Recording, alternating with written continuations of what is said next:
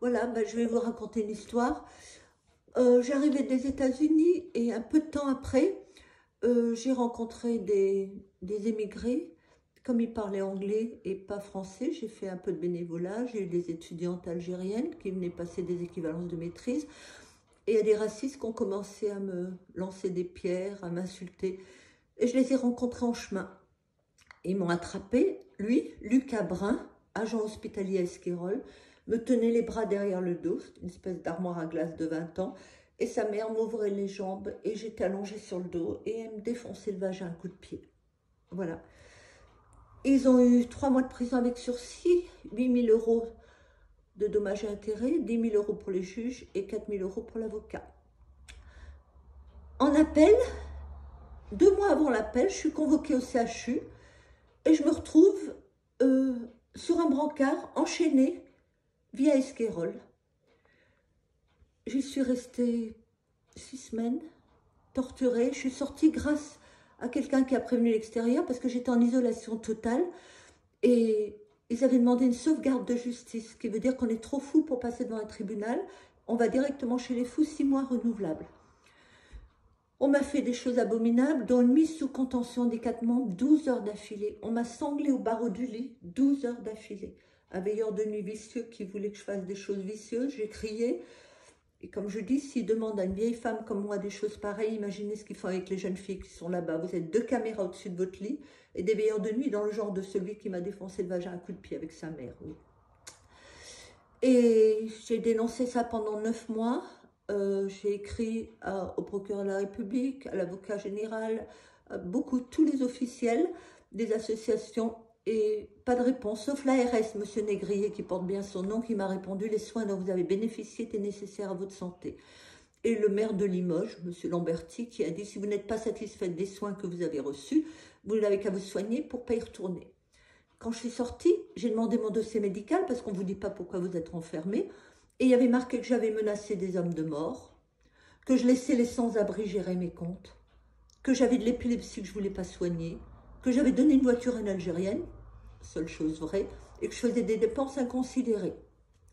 J'ai prouvé que le voisinage a fait une pétition, comme quoi j'avais jamais fait de mal à personne, j'étais une brave personne, toujours de bon service.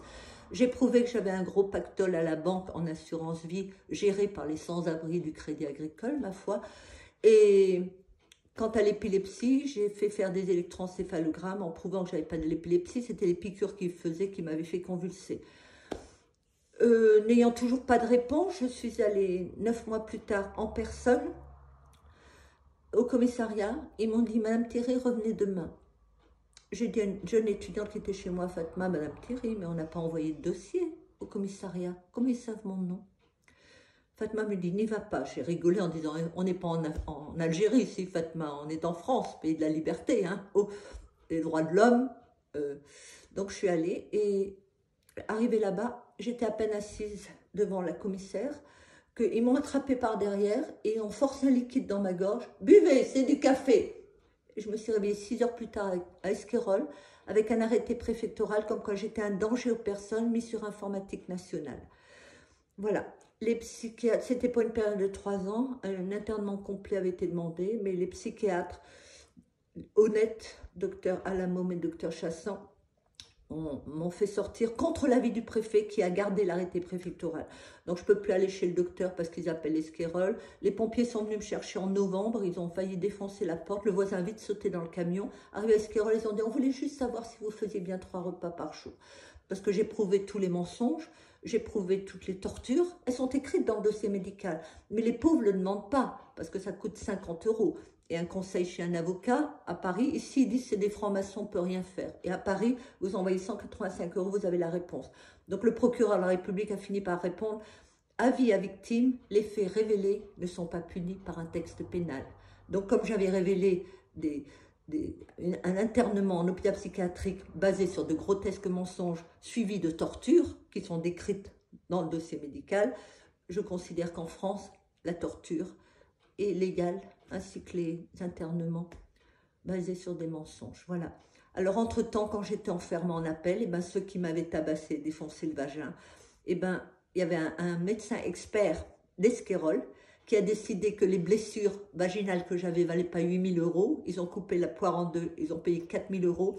Et une avocate, Madame Galbrin, censée me représenter, a dit que je ne voulais pas des 1 115 € supplémentaires, que 115 € me suffiraient.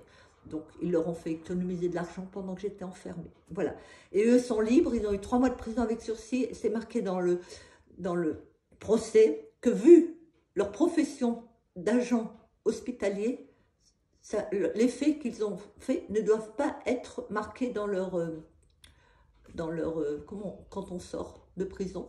Casier judiciaire. Dans leur casier judiciaire, voilà. Voilà. C'est joli, hein. J'ai 71 ans, 46 kilos, j'ai été torturée là-bas. On m'a fait des choses tellement impudiques que je ne peux pas le révéler. Mais la contention, c'est marqué. On marque l'heure à laquelle on m'attache et l'heure à laquelle on me détache. 12 heures sanglées au barreau du lit. Voilà, c'est la liberté en France, la liberté d'expression.